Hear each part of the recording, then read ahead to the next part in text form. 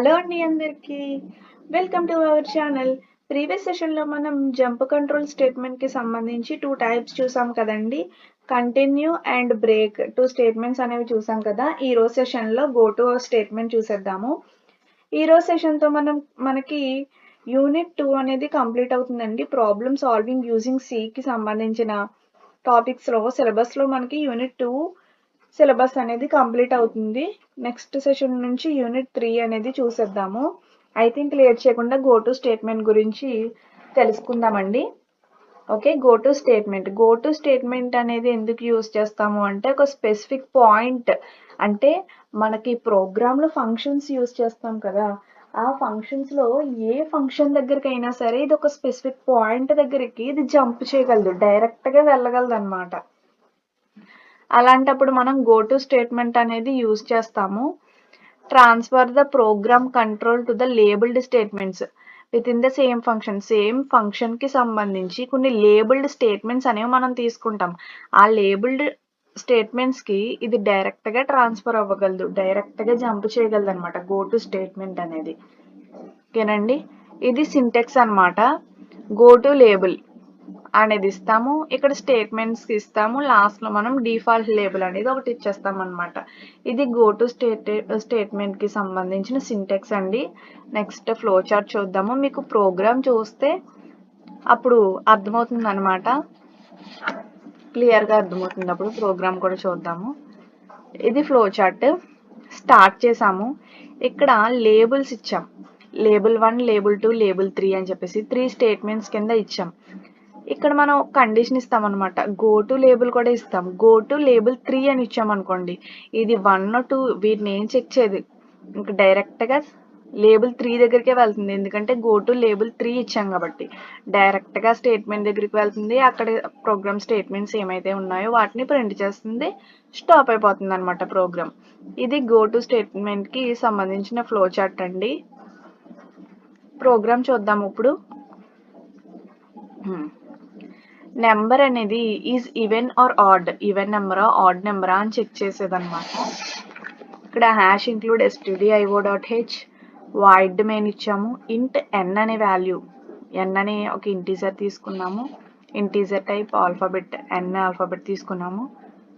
Printf ఇచ్చాం, enter a number, ఒక నెంబర్ని ఎంటర్ చేయాలి అని చెప్పి.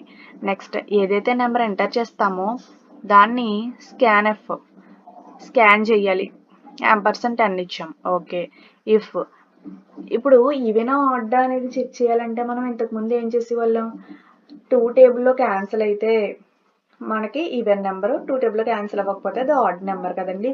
సేమ్ కండిషన్ ఇక్కడ కూడా తీసుకుంటాం అనమాట. n అనేది మనం తీసుకున్న n వాల్యూ అనేది %2 అయితే ఈక్వల్ టు 0. ఈ కండిషన్ అనేది ట్రూ అయితే గో టు ఈవెన్ లేబుల్ ఎక్కడైతే ఉంటుందో ఆ లేబుల్ దగ్గరికి గో టు వెళ్ళాలి అని. ఓకే, ఎల్స్ లేదు అనుకుంటే గో టు ఆడ్ లేబుల్. ఒకవేళ కండిషన్ ఫాల్స్ అయితే మనకి ఆడ్ లేబుల్ దగ్గరికి వెళ్తుంది. ఈవెన్ లేబుల్ ఏమి ఇచ్చాము, % ఈవెన్ నెంబర్, ఏదైతే నెంబర్ తీసుకుంటామో అది ఈవెన్ నెంబర్ అని చెప్పేసి ప్రింట్ చేస్తుంది, రిటర్న్ ఇస్తుంది.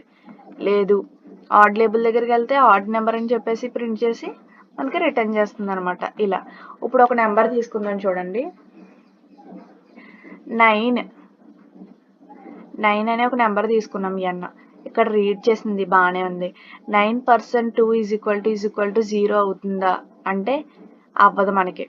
ఇదేంటి పర్సెంట్ వాల్యూ, మనకి రిమైండర్ని రిటర్న్ చేయాలి.